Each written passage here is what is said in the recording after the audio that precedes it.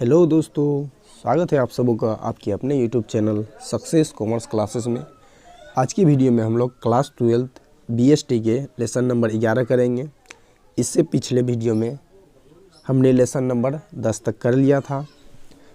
तो बात करते हैं लेसन नंबर 11 का। ठीक है, नाम है विपणन प्रबंध अर्थात मार्केटिंग मैनेजमेंट। ठीक है, अब ये मार्केटिंग मैनेजमेंट से पहले हम लोग जानते हैं, विपणन प्रबंध से पहले से जानते हैं कि विपणन क्या है। ठीक है, तो विपणन वह प्रक्रिया है जिसमें ग्राहकों के अनुसार माल का उत्पादन कर ग्राहकों तक पहुंचाना, उनको संतुष्टि प्रदान करना है। देखिए, विपणन वह प्रक्रिया है जिसमें क्या होता है कि ग्राहकों के आदत के अनुसार, ग्राहकों के पसंद के अनुसार माल का उत्पादन करके उन्हें ग्राहकों तक पहुंचाना और ग्राहकों को संतुष्टि प्रदान करना है। इसके अंतर्गत वस्तुओं एवं सेवाओं के उत्पादन से पूर्व की जाने वाली क्रियाओं से लेकर उनके विक्रय एवं वितरण के बाद दिए गए सेवाओं को शामिल किया जाता है। विपणन के अंतर्गत किसी वस्तु का उत्पादन से लेकर, यानी उत्पादन करने से पहले से लेकर वस्तु को उत्पादन करने के बाद कस्टमर को तक पहुंचाने और कस्टमर को संतुष्टि प्रदान करने तक की जितनी भी क्रियाएं हैं, सारा चीज़ शामिल होता है। ठीक है, चलिए आगे समझते हैं। दूसरा क्वेश्चन, विपणन प्रबंध क्या है। पहले विपणन समझिए। ठीक है, विपणन क्या हुआ, किसी वस्तु को उत्पादन करके ग्राहकों तक पहुंचाना। ठीक है, विपणन कहलाता है। अब विपणन प्रबंध क्या है, तो विपणन प्रबंध एक प्रक्रिया है जिसके अंतर्गत ग्राहकों की आवश्यकता के अनुसार वस्तुओं का उत्पादन किया जाता है। ठीक है, विपणन प्रबंध एक प्रक्रिया है। ठीक है, जिसमें क्या होता है कि ग्राहकों के आदत, रुचि, फैशन के अनुसार किसी वस्तु का उत्पादन करके उन्हें ग्राहकों तक पहुंचाया जाता है और ग्राहकों को संतुष्ट करके उचित लाभ अर्जित किया जाता है। ग्राहकों की आदत, रुचि, फैशन के अनुसार माल तैयार कर लिए, फिर उसको ग्राहकों तक पहुंचा दिए, मतलब बेच दिए, फिर ग्राहकों को संतुष्टि प्रदान करके लाभ कमा लिए।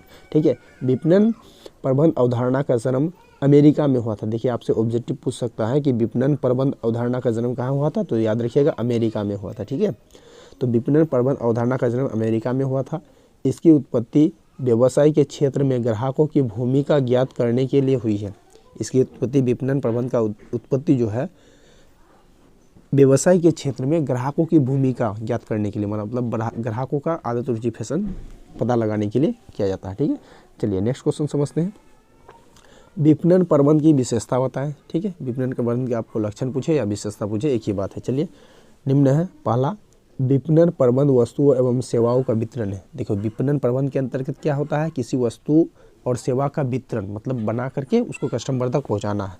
दूसरा है, विपणन प्रबंध उपभोक्ताओं का सृजन करता है। यानी विपणन प्रबंध क्या करता है, उपभोक्ता यानी कस्टमर का आदत, रुचि, फैशन के अनुसार माल तैयार करके पहुंचाने का काम करता है। तीसरा है, विपणन प्रबंध ग्राहकों को संतुष्टि प्रदान करता है। विपणन प्रबंध क्या करता है, जो कस्टमर है, कस्टमर को माल बेचने के बाद उसको संतुष्टि प्रदान करता है। अगला पॉइंट देखते हैं हम लोग। चौथा पॉइंट है, विपणन प्रबंध लाभ सृजन करता है। देखिए, विपणन प्रबंध क्या होता है, कस्टमर को संतुष्टि प्रदान करने के बाद लाभ कमाता है। पांचवा है, विपणन प्रबंध की शाखा है। विपणन प्रबंध क्या है, मैनेजमेंट की एक शाखा है, ब्रांच है। ठीक है, अगला है क्वेश्चन चौथा, विपणन अथवा विपणन प्रबंध के उद्देश्य बताएं। देखिए, विपणन, देखिए आपको एग्जाम में विपणन का डेफिनेशन पूछे अथवा विपणन प्रबंध का पूछे, आप एक लिख सकते हैं। ठीक है, दोनों का मीनिंग लगभग मिलता जुलता है। अब दोनों का, विपणन का उद्देश्य पूछे या विपणन प्रबंध का उद्देश्य पूछे, तो निम्न है। पहला, मांग का सृजन करना। ठीक है, मांग का सृजन करना मतलब कस्टमर का आदत, रुचि, फैशन के अनुसार उसको उपलब्ध कराओ, फिर कस्टमर आपको मांग करेगा आपका माल का। ठीक है, दूसरा है उपभोक्ता संतुष्टि प्रदान करना। यानी विपणन प्रबंध के अंतर्गत क्या होता है, कस्टमर को सिर्फ माल बेचना नहीं होता है, कस्टमर को माल बेचने के बाद कस्टमर उस माल को लेकर के संतुष्ट है या नहीं, ये संतुष्टि प्रदान करना होता है। ठीक है, कस्टमर को। तीसरा है बाजार हिस्सेदारी बनाए रखना। ठीक है, बाजार में हिस्सेदारी बनाए रखना। चौथा है साख एवं जन छवि विकसित करना, यानी बिजनेस का साख यानी गुडविल बनाना। ठीक है, पांचवा है लाभ सृजन करना, लाभ भी कमाना इसका उद्देश्य होता है। ठीक, चलिए अगला क्वेश्चन समझते हैं, विपणन और विक्रय में अंतर। देखिए, काफ़ी बार इस सब एग्जाम में क्वेश्चन आता है। ठीक है, काफ़ी इंपॉर्टेंट है। विक्रय और विपणन में अंतर पूछा कई बार। ठीक है, तो इसको थोड़ा स्टैंडर्ड तरीका से हम लोग लिखेंगे। एक अंतर का आधार, मतलब अंतर जो है किस पॉइंट के आधार पर है। ठीक है, मेन उद्देश्य क्या है अंतर का। ठीक, उसके बाद विपणन एक तरफ, दूसरी तरफ विक्रय। ठीक, चलिए अब इनका अर्थ के आधार पर हम लोग अंतर समझेंगे। तो विपणन का अर्थ ग्राहकों के अनुसार माल का उत्पादन कर ग्राहकों को पहुंचाना, उन्हें संतुष्टि प्रदान करना। देखिए विपणन का अर्थ क्या हुआ, ग्राहकों के अनुसार माल तैयार करके ग्राहकों तक पहुंचाना और ग्राहक को संतुष्टि प्रदान करना है। जबकि विक्रय का अर्थ वस्तु और सेवाओं को ग्राहकों तक बेचने से। विक्रय का उद्देश्य क्या हुआ, विक्रय का अर्थ सिर्फ वस्तु और सेवा को कस्टमर को बेच दिया। कस्टमर खुश है या नहीं है इससे कोई मतलब नहीं है, ठीक। उसके बाद अगला है उद्देश्य के आधार पर अंतर समझते हैं। तो विपणन का उद्देश्य केवल माल बेचना नहीं, ग्राहकों को संतुष्टि प्रदान करना होता है। देखिए विपणन का उद्देश्य क्या होता है, माल बेचना, सिर्फ माल बेच दिया ऐसा नहीं। माल बेचने के बाद कस्टमर उस माल को लेकर के खुश है या नहीं, इसको देखना होता है, प्रदान करना, ठीक है। जबकि विक्रय का उद्देश्य केवल वस्तु तथा सेवाओं को बेचना होता है। विपणन का उद्देश्य कस्टमर को माल बेचे, कस्टमर को माल संतुष्ट करना है कस्टमर को। अब विक्रय का उद्देश्य क्या होता है, वस्तु और सेवा को बेच दिए, बस इतना ही उद्देश्य होता है। कस्टमर खुश है या नहीं है उससे कोई मतलब नहीं। चलिए क्षेत्र के आधार पर इसका अंतर समझते हैं। विपणन का क्षेत्र विक्रय की तुलना में बड़ा होता है। विपणन का क्षेत्र विक्रय की तुलना में बड़ा होता है। अब इसका अपोजिट लिख देंगे कि विक्रय का क्षेत्र विपणन की तुलना में क्या होता है, छोटा होता है। विपणन का क्षेत्र बड़ा और विक्रय का क्षेत्र छोटा, ठीक है। लाभ के आधार पर अंतर समझिए इनका। विपणन में पहले ग्राहक संतुष्टि और उसके बाद लाभ कमाने की बात आती है। विपणन में क्या होता है, सबसे पहले कस्टमर को माल बेच दिया, कस्टमर माल अगर संतुष्ट हो गया तब लाभ कमाने की बात आएगा, ठीक है। जबकि विक्रय में क्या होता है कि लाभ कमाने का ख्याल सबसे पहले आता है, ठीक। विपणन में पहले ग्राहक संतुष्टि आता है तब लाभ कमाने की बात आता है, लेकिन विक्रय में क्या होता है, पहले लाभ कमाने की बात आता है, ग्राहक संतुष्ट हो या ना हो, ठीक है। अंत के आधार पर अंतर समझेंगे। तो विपणन का अंत ग्राहकों की संतुष्टि के बाद होता है। विपणन का अर्थ क्या होता है, कस्टमर संतुष्ट हो गया बस खुश है, ठीक है। जबकि विक्रय का अंत क्या होता है, वस्तु और सेवा को विक्रय के बाद होता है। विपणन का अर्थ ग्राहक खुश होने के बाद होता है और विक्रय का अर्थ ग्राहकों को माल बेचने से होता है, ठीक है। चलिए आई होप अच्छी तरह से आप लोगों को समझ में आया होगा। अगला देखते हैं विपणन मिश्रण क्या है, ठीक है। काफ़ी बार एग्जाम में क्वेश्चन आया है विपणन मिश्रण क्या है।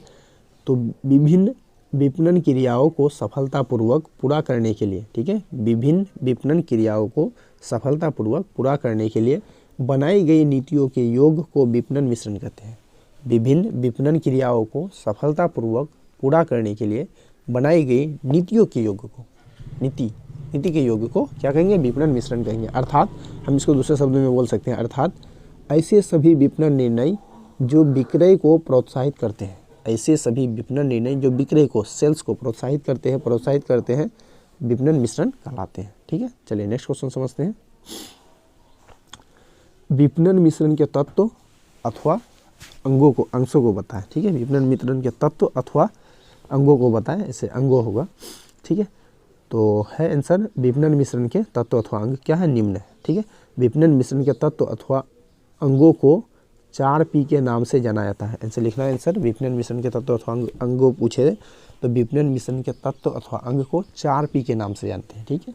क्या क्या, तो पहला है P से प्रोडक्ट, दूसरा P से है मूल्य यानी प्राइस, तीसरा P से है प्लेस यानी स्थान, चौथा P से है प्रमोशन। चलिए अगला क्वेश्चन देखते हैं। 8वां ब्रांड अथवा छाप क्या है। देखिए काफ़ी बार इस सब एग्जाम में क्वेश्चन आ गया है, ठीक है। आंसर देखो, उत्पादकों अथवा निर्माताओं द्वारा अपने उत्पाद की पहचान के लिए जिस व्यापारिक चिन्ह का प्रयोग किया जाता है वह व्यापारिक चिन्ह ब्रांड कहलाता है। एक मैन्युफैक्चरर कंपनी द्वारा अपने प्रोडक्ट को पहचानने के लिए जिन व्यापारिक चिन्ह का प्रयोग करेगा उन व्यापारिक चिन्ह को ब्रांड या छाप कहेंगे, ठीक है। ब्रांड के अंतर्गत उत्पाद का नाम, ठीक है। ब्रांड में क्या होता है, जो उत्पाद है, क्या प्रोडक्ट है, उसका नाम अथवा उसकी पहचान कराने वाला कोई शब्द, अक्षर, डिज़ाइन इत्यादि को शामिल किया था। देखिए ब्रांड, देखिएगा ब्रांड के अंतर्गत क्या रहता है, कोई कभी शब्द लिखित रूप में प्रयोग किया जाता है, किसी प्रकार का छाप प्रयोग करता है या डिज़ाइन प्रयोग करता है, ठीक है। देखना कोई भी चीज़ अगर खरीदते हैं तो जो बढ़िया कंपनी का होगा उसमें स्टिकर वगैरह लगा हुआ रहता है या छाप लगा हुआ रहता है ना, उसी को हम लोग ब्रांड कहेंगे। ये छाप क्या होता है, कई बार लिखा हुआ रहता है, जैसे टाटा कंपनी का बात करें तो टाटा लिखा हुआ रहता है हर एक सामान में, ये क्या है, उसका ब्रांड या छाप है, अक्षर के रूप में है, किसी का डिज़ाइन रहता है, ठीक है। तो ये सब ब्रांड अथवा छाप कहलाता है। अगला क्वेश्चन देखते हैं हम लोग, ब्रांड की विशेषता, नाम, ब्रांड की विशेषता अथवा ब्रांड का नाम चयन करते समय किन किन बातों पर ध्यान देना चाहिए। देखिए जब कोई कंपनी अपना ब्रांड का नाम चुनाव करता है कि हम अपने कंपनी का ब्रांड क्या रखें, डिज़ाइन क्या रखें, अक्षर क्या रखें, तो इन किन किन बातों पर ध्यान देना पड़ता है उनको, ये ब्रांड अथवा नाम डिसाइड करते समय। तो आंसर है कि ब्रांड अथवा छाप की विशेषता बोल सकते हैं, या फिर ब्रांड अथवा छाप नाम रखते समय, डिजाइन बनाते समय निम्न बातों पर ध्यान देना चाहिए। ठीक है, पहला है ब्रांड साधारण और सूक्ष्म होना चाहिए, मतलब जो ब्रांड का नाम रखेंगे वो साधारण, मतलब बोलने में सबको आसानी हो। ठीक है, और सूक्ष्म छोटा होना चाहिए, जैसा बड़ा लंबा नहीं। ठीक है, ताकि आदमी को बोलने में दिक्कत ना हो। ठीक है, आसानी से याद रख से। ब्रांड का नाम ऐसा हो जिसे आसानी से पढ़ा जा सके। देखिए, ब्रांड का नाम हम लोग को इस प्रकार रखना चाहिए ताकि कोई भी व्यक्ति आसानी से उसको पढ़ ले। ठीक है, तभी याद रख पाएगा वो। तीसरा है ब्रांड का नाम ऐसा होना चाहिए जिसे आसानी से याद रखा जा सके। ब्रांड का नाम कोई भारी भरकम वाला वर्ड नहीं रखना है। ठीक है, ब्रांड का नाम ऐसा होना चाहिए ताकि कोई भी व्यक्ति, बच्चा से बच्चा, उसको आसानी से याद रख सके। ठीक है, चलिए उसके चौथा पॉइंट है ब्रांड का नाम आकर्षक होना चाहिए। ब्रांड का नाम आकर्षक होना चाहिए, मतलब ब्रांड का नाम ऐसा होना चाहिए ताकि लोग सुनते ही उसकी ओर आकर्षित हो जाए। ठीक है, माल खरीदने के लिए तैयार हो जाए।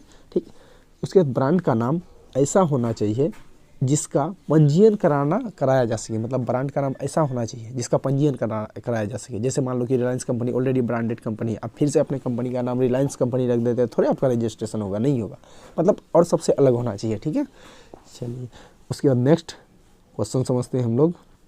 देखिए, ट्रेडमार्क क्या है, ये क्वेश्चन आपका एग्जाम में ऑलरेडी कई बार आ चुका है, तो चलिए बढ़िया से इसको समझते हैं हम लोग। देखिए, ट्रेडमार्क एक ब्रांड है, होता है ना ब्रांड, उसी तरह से ट्रेडमार्क होता है। ठीक है, ट्रेडमार्क एक ब्रांड है जिसे वैधानिक संरक्षण प्राप्त होता है। ट्रेडमार्क भी जो है ना एक ब्रांड होता है। ठीक है, लेकिन इसको वैधानिक संरक्षण प्राप्त होता है। वैधानिक संरक्षण मतलब कानून के द्वारा, अगर मान लो कि जैसे जियो कंपनी, टाटा कंपनी एक ब्रांड है, इसका ऑलरेडी रजिस्ट्रेशन हो गया है, कोई भी व्यक्ति टाटा कंपनी या जियो कंपनी से अपना कंपनी नहीं खोल सकता है। ठीक है, क्योंकि वो उसका ट्रेडमार्क हो गया। ठीक है, जब किसी ब्रांड का सरकार से पंजीयन करा लिया जाता है तो वह ट्रेडमार्क कहलाता है। देखो, ट्रेडमार्क किसको कहेंगे, जब कोई कंपनी अपना ब्रांड का सरकार से रजिस्ट्रेशन करवा लेता है तो वह ब्रांड ट्रेडमार्क कहला जाता है। ठीक है, ट्रेडमार्क कहलाएगा वो। जैसे खजूर छाप डालडा, ACC सीमेंट, मतलब एसोसिएटेड सीमेंट कंपनीज, ये सब अभी ट्रेडमार्क बन गया। ठीक है, क्योंकि इसका सरकार से रजिस्ट्रेशन करवाया हुआ है इस ब्रांड का। ऊँट छाप स्याही, ठीक है, इसका भी रजिस्ट्रेशन हो गया है इस ब्रांड का। भारत में ट्रेडमार्क के पंजीयन के लिए इंडियन ट्रेडमार्क एक्ट 1940 लागू होता है। ठीक है, आपसे ऑब्जेक्टिव पूछ सकता है कि भारत में जो ट्रेडमार्क का पंजीयन किया था वो कौन सा धारा के अंतर्गत, तो याद रखिएगा 1940। ठीक है, देखिए अब सिंपली समझो, ट्रेडमार्क किसको कहेंगे, जब किसी ब्रांड का, जब कोई कंपनी अथवा संस्था अपने ब्रांड का सरकार से रजिस्ट्रेशन करवा लेता है तो वह ब्रांड रजिस्ट्रेशन करवाने के बाद ट्रेडमार्क बन जाता है। ठीक है, ये ब्रांड ही, लेकिन रजिस्ट्रेशन जैसे हो गया ना, वो ब्रांड ट्रेडमार्क कहलाया। ठीक, चलिए उसके आगे समझते हैं। लेबलिंग से आप क्या समझते हैं। देखिए, काफ़ी इंपॉर्टेंट क्वेश्चन है, एग्जाम में आता है, ये सब क्वेश्चन आएगा, क्या आएगा। ठीक है, लेबलिंग मतलब क्या होता है कि जैसे होता है ना, हम लोग कोई भी सामान अगर मार्केट में खरीदते हैं तो उसको मतलब पैक किया हुआ रहता है, पैक करना ही लेबलिंग कहलाता है। ठीक है, चलिए समझते हैं इसका। लेबलिंग से आशय किसी चीट या कागज़ से है। लेबलिंग से आशय क्या हुआ, किसी चीट, कोई भी माल वगैरह खरीदते हैं तो उसमें स्टिकर वगैरह लगा हुआ रहता है ना, कवर लगा हुआ रहता है ना, कवर में सारा प्रोडक्ट का लिखा हुआ रहता है, उसे तो बोलेंगे लेबलिंग। ठीक है, तो लेबलिंग से आशय किसी चीट या कागज़ से है। ठीक है, ये लेबलिंग क्या रहता है, कोई चीट रहेगा या कागज़ टाइप का रहेगा ऊपर चिपका हुआ। ठीक है, जिसके द्वारा उत्पाद के बारे में महत्वपूर्ण सूचना दी होती है। ठीक है, जैसे मान लो कि आप दवाई खरीद रहे हैं, ठीक है, दवाई के ऊपर एक स्टिकर चिपका हुआ रहता है ना कि दवाई कौन कौन सा मटेरियल से मिलकर के बना है, इसका उपयोग क्या है। ठीक है, उसी को बोलेंगे लेबलिंग। ठीक है, तो ये लेबलिंग जो है ना एक चीट होता है, कागज़ का टुकड़ा टाइप का होता है, चिपका हुआ रहता है बस। ठीक है, इसके द्वारा क्या होता है कि जो उत्पाद है उस उत्पाद का महत्वपूर्ण जानकारी दिया हुआ रहता है। ठीक है, उस स्टिक में, चीट में। यह पैकिंग का ही एक भाग है। क्या होता है, ये पैकिंग का ही एक भाग होता है और इसे पैकिंग वाले डिब्बे या थैले पर ही छाप दिया जाता है। देखो, ये पैकिंग का ही भाग होता है, पैकिंग का ही एक भाग होता है, क्योंकि जो लेबलिंग होता है, लेबलिंग जिस डिब्बे में पैक करते हैं उस डिब्बे में ही छाप दिया जाता है, ठीक है। या फिर अलग से कोई कागज़ या चीट लगा दी जाती है। देखना मेडिसिन में अलग से कोई कागज़ या चीट, मेडिसिन मान लो कि कोई हम लोग विटामिन खा रहे हैं, ठीक है, तो विटामिन के अंदर जो कवर रहता है ना, कवर में ही तो छपा हुआ रहता है, ठीक है, सारा चीज़ कि जो मेडिसिन है वो कौन कौन से मटेरियल से बना है, ठीक है। तो इसी को बोलेंगे लेबलिंग, ठीक। अगला क्वेश्चन समझते हैं। चलिए नेक्स्ट क्वेश्चन है, लेबलिंग के कार्यों को बताएं। लेबलिंग क्यों किया जाता है, उसका कार्य क्या है, ये पूछा आपसे। तो लेबलिंग के कार्य निम्न है। पहला, वैधानिक आवश्यकताओं की पूर्ति। देखिए बहुत सारा जगह जैसे मेडिसिन में उसमें लेबलिंग लगाना अनिवार्य कर दिया है, ठीक है, ये अनिवार्य कर दिया है सरकार द्वारा, ठीक है। वैधानिक आवश्यकता की पूर्ति, इससे क्या होता है, सरकार का जो उद्देश्य होता है वो पूरा होता है। सरकार का उद्देश्य क्या है, लोगों को जो भी प्रोडक्ट मिले उसके बारे में उसको जानकारी हो, ठीक है। चलिए दूसरा है उत्पाद की पहचान करना। लेबलिंग क्यों किया आता है, तो उत्पाद जो प्रोडक्शन है, जो माल है, उसका पहचान करने के लिए। तीसरा है सूचनाओं का संवहन करना, ठीक है, जो मेडिसिन या फिर जो भी हम लोग वस्तु इस्तेमाल कर रहे हैं उसको इस्तेमाल कैसे करेंगे, कौन कौन सा मटेरियल से बना है, ये कहाँ लिखा हुआ रहेगा, ठीक है, पूछने तो जाएंगे कंपनी वाले से, तो वो जो है ना लेबलिंग में ही सारा चीज़ लिख देता है। चौथा है उत्पाद का वर्गीकरण करना, ठीक है, उत्पाद का वर्गीकरण। मान लो कि कोई बहुत सारा मेडिसिन है, समझ बहुत सारा विटामिन है, उसमें लेबलिंग लगा हुआ नहीं, सबको मिला दिए, थोड़े पता चलेगा कि कौन सा मेडिसिन किस काम के लिए है, नहीं ना, इसलिए लेबलिंग लगा देता है, ठीक है, नाम से हम लोग पढ़ के निकाल देते हैं कि ये है वो ये है। पाँचवा है विपणन संवहन के लिए, ठीक है, बेचने के लिए, विज्ञापन करने के लिए, ये सब। आगे समझते हैं हम लोग पैकिंग क्या है, ठीक है, लेबलिंग समझ लिए, ब्रांड समझ लिए, पैकिंग क्या है। तो पैकिंग से आशय किसी उत्पाद को किसी अन्य वस्तु में सुरक्षा के साथ रखा जाना है। पैकिंग से आशय क्या हुआ, किसी उत्पाद को किसी अन्य वस्तु में सुरक्षा के साथ रखा जाना है, ठीक है, अथवा लपेटा जाना है। आधुनिक युग में पैकिंग का महत्व धीरे धीरे बढ़ता जा रहा है। वर्तमान समय में क्या होता है, पैकिंग का महत्व धीरे धीरे बढ़ता जा रहा है। जैसे आप मान लीजिए कि मार्केट में कोई सामान खरीदने के लिए जा रहे हैं, तो आप किस प्रकार के माल को ज़्यादा खरीदना पसंद करेंगे, कौन सा प्रोडक्ट को ज़्यादा खरीदना पसंद करेंगे, जो ऑलरेडी पैकिंग किया हो बढ़िया से, ठीक है। इसका मतलब क्या हुआ, पैकिंग का जो है ना प्रचलन ये धीरे धीरे बढ़ता जा रहा है। पैकिंग एक और तो उत्पाद को सुरक्षा प्रदान करता है। पैकिंग वाला माल क्यों खरीद रहे हैं, ताकि मेरा माल अंदर सेफ रहे, ठीक है। तो पैकिंग जो है ना उत्पाद को सुरक्षा प्रदान करता है पहला, उसके बाद वही दूसरी और उसके आकर्षण में वृद्धि करता है, ठीक है। पैकिंग जो है वस्तु को सुरक्षा प्रदान करता है प्लस कस्टमर को आकर्षण करता है खरीदने के लिए, ठीक है। अब आई होप आप लोगों को बहुत अच्छी तरह से समझ में आया होगा। नेक्स्ट क्वेश्चन देखते हैं कि पैकेजिंग की विशेषता अथवा गुण बताइए। पैकेजिंग की विशेषता अथवा गुण क्या है, तो निम्न है। पहला, पैकिंग कला और विज्ञान दोनों है। देखिए आपसे पूछ सकता है ऑब्जेक्टिव में पैकिंग करना क्या है, कला और विज्ञान दोनों, ठीक है। चलिए नेक्स्ट पॉइंट समझते हैं। पैकिंग ऐसा हो जिसे आसानी से पहचाना जा सके। पैकिंग भी जो कंपनी करेगा, कंपनी को इस टाइप का पैकिंग करना चाहिए जिसको आसानी से कोई भी व्यक्ति पहचान सके कि ये फलना कंपनी का पैकिंग है, ठीक है। तीसरा है पैकेजिंग ऐसा हो जिससे लोगों का ध्यान आकर्षित हो। पैकिंग इस तरह से करना चाहिए, इतना बढ़िया पैकिंग करना चाहिए कस्टमर देख करके ही खरीदने को तैयार हो जाए। चौथा है उत्पाद की पूर्ण सुरक्षा करे। पैकिंग ऐसा होना चाहिए ताकि उत्पाद जो अंदर रहेगा मटेरियल, जो मेरा प्रोडक्ट है, वो सेफ रहना चाहिए, ठीक है। पांचवा है पैकिंग ऐसा हो जिससे उत्पाद को लाने और ले जाने में सुविधा हो। पैकिंग इस टाइप का करना चाहिए ताकि माल को यहाँ से वहाँ ट्रांसपोर्ट वगैरह करने में आसानी हो, टूटे फूटे ना, ठीक है। चलिए उसके बाद अगला पॉइंट समझते हैं। वितरण माध्यम क्या है, एग्जाम में आ चुका है, ठीक है।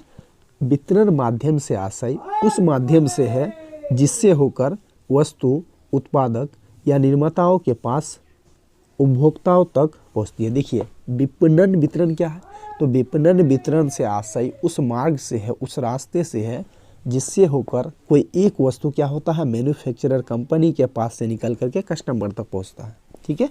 जैसे थोक व्यापारी, फुटकर व्यापारी, एजेंट इत्यादि। देखिए मान लो कि कोई वस्तु हम बना रहे हैं, ठीक है, मैन्युफैक्चरर कंपनी में बन गया, कंपनी वाला थोड़ा मार्केट में कस्टमर को पहुंचाएगा, नहीं, मैन्युफैक्चरर कंपनी क्या करता है, बनाता है, उसके बाद वो क्या करता है, होलसेलर को बेचता है, होलसेलर फिर रिटेलर को बेचता है, ठीक है। इस तरह से जो है रिटेलर फिर कस्टमर को बेचता है, ठीक है। तो वितरण का माध्यम ये हुआ कि किसी वस्तु को उत्पादन करने के बाद उसे कस्टमर तक पहुंचाने में जो प्रक्रिया आएगी उसको बोलेंगे वितरण माध्यम। नेक्स्ट पॉइंट समझते हैं, परिवर्तन क्या है। काफ़ी बार एग्जाम में आपका ये क्वेश्चन पूछा जा चुका है कि परिवर्तन क्या है।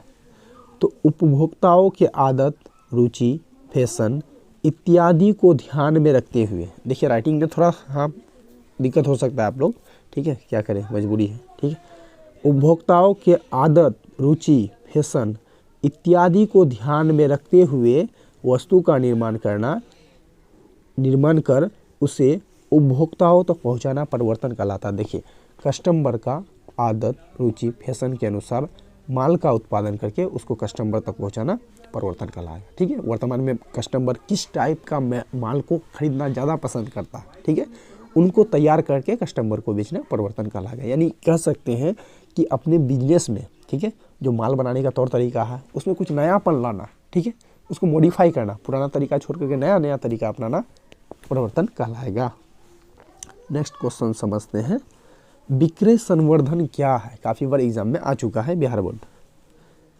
विक्रय संवर्धन से आशय उन सभी क्रियाओं से है जो विक्रय में वृद्धि करने के उद्देश्य से की जाती है। देखिए विक्रय संवर्धन से आशय उन सभी क्रियाओं से है जो विक्रय करने में वृद्धि के उद्देश्य से की जाती है। मान लो कि हम माल कोई बेच रहे हैं, ठीक है, तो मेरा माल ज़्यादा से ज़्यादा कैसे बिके, इसके लिए जो हम प्रोसेस करेंगे ना माल को ज़्यादा से ज़्यादा बेचने के लिए, इसको बोलेंगे विक्रय संवर्धन। जैसे निःशुल्क नमूने बांटना, माल हम ज़्यादा से ज़्यादा बेचने के लिए क्या करेंगे, कस्टमर को कुछ फ्री में देंगे, मतलब फ्री गेट 1 बाई 1 फ्री कर देंगे, ठीक है। मूल्यों में कमी करना, ज़्यादा से ज़्यादा बेचने के लिए क्या करना होगा, दाम घटा देंगे हम मार्केट में दूसरे व्यक्ति से, ठीक है। कूपन वितरण करना, कूपन का फैसिलिटी दे देंगे ताकि लोग लालच में आकर के माल को खरीदें। इससे क्या हुआ, विक्रय संवर्धन मतलब क्या हुआ, अपने माल को हम ज़्यादा से ज़्यादा बेचें कैसे, इसके लिए जो प्रोसेस करेंगे उसको बोलेंगे विक्रय संवर्धन। इसके लिए गेट 1 बाई 1 फ्री कर देंगे, ठीक है, कस्टमर को उपहार देंगे, कूपन वाला सिस्टम लागू कर देंगे, दाम घटा देंगे, ठीक है। ये हो गया विक्रय संवर्धन। यानी माल को ज़्यादा से ज़्यादा बेचने के लिए जो प्रोसेस करेंगे वो विक्रय संवर्धन कहलाएगा। विक्रय संवर्धन में विज्ञापन, व्यक्तिगत विक्रय और प्रचार को शामिल नहीं किया था। देखिए विक्रय संवर्धन में विज्ञापन, एडवर्टाइज वगैरह कुछ नहीं करेंगे, प्रचार भी नहीं करेंगे, ये हो गया विक्रय संवर्धन, ठीक है। अगला क्वेश्चन समझते हैं हम लोग, काफ़ी इम्पोर्टेंट है। विज्ञापन क्या है या क्या समझते हैं आप विज्ञापन से, ठीक है। चलिए, विज्ञापन दो शब्द बी प्लस ज्ञापन से बना है, ठीक है। विज्ञापन दो शब्द से बना है, बी प्लस ज्ञापन, जिसमें बी का अर्थ विशेष तथा ज्ञापन का अर्थ जानकारी देना है। विज्ञापन दो शब्द से बना है, बी प्लस ज्ञापन, जिसमें बी का अर्थ हो गया विशेष और ज्ञापन का अर्थ जानकारी देना। इस प्रकार व्यवसाय के क्षेत्र में विज्ञापन का अर्थ ग्राहकों को अपने उत्पाद के बारे में जानकारी देना और उन्हें खरीदने के लिए प्रोत्साहित करना है। विज्ञापन का अर्थ क्या हुआ, ग्राहकों को अपने उत्पाद के बारे में जानकारी देना और उन्हें उत्पाद को खरीदने के लिए प्रोत्साहित देनी, मोटिवेट करना है, ठीक है। आधुनिक युग में विज्ञापन के बिना किसी भी व्यवसाय या उद्योग का सफल होना असंभव है। देखिए वर्तमान समय में क्या है, अगर आप अपने बिजनेस का, जो भी आप बिजनेस में माल बना रहे हैं, अगर मार्केट में उसका प्रचार नहीं कीजिएगा, ठीक है, मार्केट में लोगों को कैसे पता चलेगा, ठीक है। विज्ञापन करना जरूरी है, विज्ञापन के बगैर कोई भी बिजनेसमैन सफल नहीं हो सकता। चलिए अगला क्वेश्चन हम लोग देखते हैं, विज्ञापन की विशेषता अथवा लक्षण बताएं। विज्ञापन का विशेषता लक्षण क्या है, निम्न है। तो पहला है बिक्री में वृद्धि करना। विज्ञापन क्यों किया जाता है, ताकि मेरा माल ज़्यादा से ज़्यादा बिके, यानी बिक्री में वृद्धि करना। दूसरा है वस्तुओं और सेवाओं के बारे में जानकारी देना, जो वस्तु या सेवा है उसके बारे में जानकारी देना कस्टमर को। तीसरा है विक्रेता को विक्रय में सहायता देना, जो विक्रेता है, बिजनेसमैन है, उसको माल बेचने में सहायता प्रदान करता है ये विज्ञापन, ठीक है। चौथा है प्रतिस्पर्धा का सामना करना, यानी मार्केट में जो कंपटीशन है उस कंपटीशन का सामना करना, ठीक है, इसलिए विज्ञापन किया जाता है, ठीक है। पाँचवा है ख्याति में वृद्धि करना, जो अपना बिजनेस का गुडविल है उसमें वृद्धि होता है, ठीक है। चलिए अगला क्वेश्चन समझते हैं हम लोग, विज्ञापन के दोष बताएं, ठीक है। विज्ञापन में जहाँ हम लोग लाभ भी पढ़े, ठीक है, कुछ विशेषता भी था, ठीक है, तो लाभ जहाँ था तो कुछ इसका दोष भी होता है, कुछ बुराई भी होता है विज्ञापन से। क्या है, पहला प्रतिस्पर्धा को जन्म देता है, यानी विज्ञापन से क्या होता है, मार्केट में कंपटीशन पैदा होता है, ठीक है। सेम टाइप का दूसरा बिजनेस जो है ना और ज़्यादा मेहनत करने लगते हैं, कंपटीशन करने लगते हैं आपसे, ठीक है। इससे धन का अपव्यय होता है। देखिए विज्ञापन से थोड़ा बहुत धन का अपव्यय होता है, ठीक है, फालतू का एडवर्टाइज में थोड़ा खर्च करना, ठीक है। तीसरा है यह मिथ्या प्रचार है। देखिए विज्ञापन में ज़्यादातर झूठ ही बोला जाता है, ठीक है। कौन व्यक्ति सही अपने प्रोडक्ट का ख़राब है तो भी मिर्च मसाला लगा करके बोलेगा ही ताकि मेरा माल ज़्यादा से ज़्यादा बिके, ठीक है। तो विज्ञापन मिथ्या वर्चन है, मतलब गलत बात बोला जाता है इसमें थोड़ा बहुत, ठीक है। चलिए उसके बाद चौथा है यह केवल दैनिक वस्तुओं के लिए उपयुक्त है। देखिए विज्ञापन जो है ना दैनिक वस्तु के लिए, जो पर डे वस्तु बेचेंगे ना होलसेलर टाइप का, उसमें विज्ञापन ठीक है उन लोगों के लिए, ठीक है, अस्थायी बिजनेस के लिए नहीं है। पांचवा है विज्ञापन पर उपभोक्ता का विश्वास कम होता है। देखिए कोई भी व्यक्ति अपना प्रोडक्ट जो खरीदता है ना वो एडवर्टाइज सुन करके जल्दी नहीं जाता है, ठीक है। कब जाएगा? लोगों से लोगों कनेक्ट होकर। जब कोई एक व्यक्ति माल खरीदे, जैसे हम कोई माल खरीदे, ठीक है, हमको अच्छा लगा, हम दूसरे व्यक्ति को बताएंगे। तो कोई भी व्यक्ति माल जो खरीदता है ना वो विज्ञापन देख करके नहीं बल्कि एक दूसरे से पूछ करके, ठीक है। चलिए अगला है विज्ञापन के उद्देश्य क्या है। विज्ञापन का उद्देश्य क्या है? तो उद्देश्य निम्न है। पहला विज्ञापन में विक्रय में वृद्धि करना। विज्ञापन का उद्देश्य क्या होता है? विक्रय में वृद्धि करना। दूसरा है उपभोक्ताओं को शिक्षित करना। जो कस्टमर है, कस्टमर को माल के बारे में जानकारी देते हैं एडवर्टाइजमेंट में, तो एडवर्टाइजमेंट से कस्टमर जो है ना शिक्षित होता है, माल के बारे में उसको पता चलता है। तीसरा है प्रतिस्पर्धा का सामना करना और विजय प्राप्त करना। मार्केट में जो कंपटीशन है उसका डट के मुकाबला करना और इस पर विजय पाना विज्ञापन से। चौथा है नवनिर्मित वस्तुओं अथवा सेवाओं की जानकारी देना। मतलब विज्ञापन में क्या होता है, जो नया नया प्रोडक्ट बना है उसका कस्टमर को जानकारी देना, ठीक है। चलिए उसके बाद अगला पॉइंट है विक्रेता को विक्रय में सहायता देना। जो बिजनेसमैन है उसको माल बेचने में सहायता प्रदान करता है ये एडवर्टाइजमेंट, ठीक है। चलिए अगला क्वेश्चन हम लोग समझते हैं विज्ञापन और विक्रय संवर्धन में अंतर बताइए। देखिए काफ़ी इंपॉर्टेंट क्वेश्चन है, विज्ञापन और विक्रय संवर्धन में अंतर, ठीक है। अंतर का आधार विज्ञापन और विक्रय संवर्धन लिखना। अब इसका जो अंतर करेंगे हम लोग अर्थ के आधार पर समझते हैं अंतर, यानी दोनों का अर्थ लिख देना है। देखिए विज्ञापन उत्पाद की मांग का निर्माण और उसे बनाए रखने में सहायता प्रदान करता है। विज्ञापन जो है उत्पाद का मांग और उसे मांग का निर्माण करने में और उसे बनाए रखने में सहायता प्रदान करता है। नहीं विज्ञापन करते रहेंगे तो मार्केट में जो प्रोडक्ट है मेरा उसका मांग बना रहेगा, ठीक है। जबकि विक्रय संवर्धन उपभोक्ताओं को अधिक से अधिक उत्पाद खरीदने के लिए प्रेरित करता है। देखिए विक्रय संवर्धन का काम क्या है, कस्टमर को ज़्यादा से ज़्यादा माल खरीदने के लिए मोटिवेट करना, ठीक है। उसके बाद अगला समझते हैं हम लोग उद्देश्य के आधार पर अंतर। इसका उद्देश्य उत्पाद और उत्पाद के अनुकूल छवि निर्मित करना। विज्ञापन का उद्देश्य क्या हुआ, जो उत्पाद है उसके लिए छवि निर्मित करना, कस्टमर के बीच एक अच्छा गुडविल नाम बनाना। जबकि इसका उद्देश्य विक्रय में वृद्धि करना। विक्रय संवर्धन का उद्देश्य क्या होता है, माल ज़्यादा से ज़्यादा बिके, ठीक है। ये सब हरकत के आधार पर अंतर समझते हैं इसका। तो विज्ञापन क्रेता को उत्पाद की ओर ले जाता है। विज्ञापन जो है क्रेता को उत्पाद की ओर ले जाता है, जबकि विक्रय संवर्धन उत्पाद को क्रेता की ओर ले जाता है। विज्ञापन क्रेता को उत्पाद की ओर लेके जाता है और विक्रय संवर्धन उत्पाद को क्रेता की ओर ले जाता है, ठीक है। अगला है समय अवधि के आधार पर अंतर। इसका प्रभाव लंबे समय तक सामने आता है, लंबे समय में सामने आता है, जबकि इसका प्रभाव कम समय सीमित समय में सामने आता है। तो विज्ञापन से जो है ना, विज्ञापन आज करेंगे तो इसका 10 साल या 2 साल 2 महीना 4 महीना बाद इसका प्रभाव दिखने को लगता है, लेकिन विक्रय संवर्धन साथ ही साथ इसका रिजल्ट मिल जाता है। क्षेत्र के आधार पर अंतर। विज्ञापन का क्षेत्र व्यापक होता है, जबकि विज्ञापन की तुलना में विक्रय संवर्धन का क्षेत्र सीमित होता है। यानी विज्ञापन का क्षेत्र विक्रय संवर्धन से बड़ा होता है और विक्रय संवर्धन का क्षेत्र विज्ञापन से छोटा होता है, ठीक है। चलिए नेक्स्ट क्वेश्चन समझते हैं हम लोग। प्रचार क्या है? तो प्राय लोग विज्ञापन और प्रचार दोनों को एक ही समझने लगते हैं। देखिए प्राय क्या होता है, लोग विज्ञापन को, एडवर्टाइजमेंट को और प्रचार को दोनों को एक ही समझने लगते हैं, परंतु इन दोनों में अंतर है। प्रचार में और विज्ञापन में अंतर है। प्रचार के अंतर्गत सूचनाओं, नीतियों, नियमों और समाचारों इत्यादि को प्रसारित किया जाता है। प्रचार के अंतर्गत क्या होता है कि सूचना, नीति, नियम और समाचार को प्रसारित करते हैं। इसका उद्देश्य जनसाधारण तक अपने विचारों को पहुंचाना है, चाहे वह उनसे प्रभावित हुआ हो अथवा नहीं। देखिए प्रचार का उद्देश्य क्या होता है, प्रचार में क्या होता है, समाचार, नीति, नियम को ये सूचना देता है जनता को, ठीक है।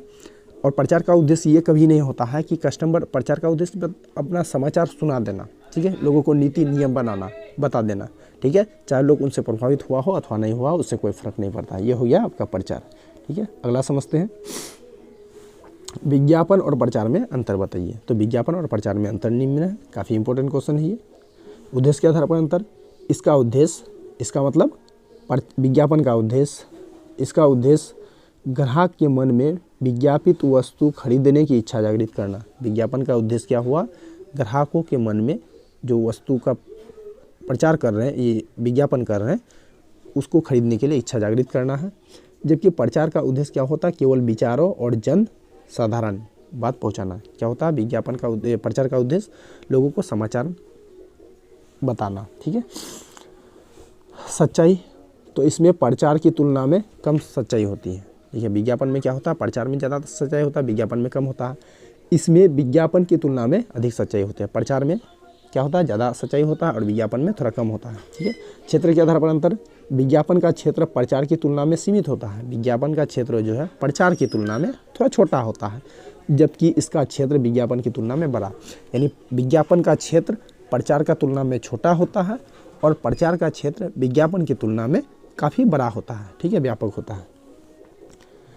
आगे नाम का होना, इसमें विज्ञापनदाता का नाम स्पष्ट रूप से दिया होता है। देखिए विज्ञापन कौन व्यक्ति कर रहा, कौन कंपनी कर रहा, उसका नाम दिया हुआ रहता है, जबकि प्रचार में प्रचारक का नाम होना आवश्यक नहीं है। देखिए प्रचार में कौन व्यक्ति प्रचार कर रहा, समाचार देखिए ना, वो अपना नाम बता सकता है, नहीं भी बता सकता है, ठीक है, गुप्त रख सकता है। लेकिन विज्ञापन में जो कंपनी अपने माल बेचने के लिए एडवर्टाइज करवा रहा है, तो वो कंपनी तो अपना नाम बताएगा ही। तो ये होता है।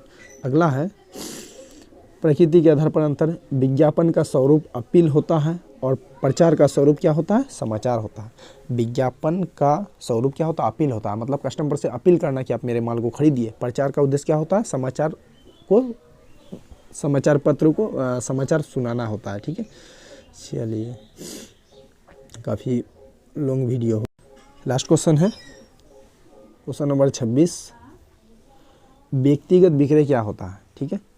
तो व्यक्तिगत विक्रय की वह विधि है जिसमें क्रेता और विक्रेता दोनों आमने सामने होते हैं। देखिए व्यक्तिगत विक्रय वह विक्रय होता है जिसमें माल खरीदने वाला व्यक्ति और माल बेचने वाला व्यक्ति आमने सामने होते हैं। विक्रेता द्वारा क्रेता के समक्ष वस्तुएं प्रस्तुत की जाती हैं। यहाँ विक्रेता जो है माल खरीदने वाले व्यक्ति को वस्तु प्रस्तुत करता है और क्रेता को संतुष्ट किया जाता है, ठीक है। ये हो गया व्यक्तिगत विक्रय, यानी जब माल का क्रेता और विक्रेता दोनों आपस में रहते हैं तब इसको आपस में रह करके वस्तु का खरीद बिक्री करता है, तो उसको बोलेंगे व्यक्तिगत विक्रय, ठीक है। चलिए आज के वीडियो में बस इतना ही। यदि आपको वीडियो अच्छा लगे तो लाइक शेयर और कमेंट जरूर करें। Thanks for watching.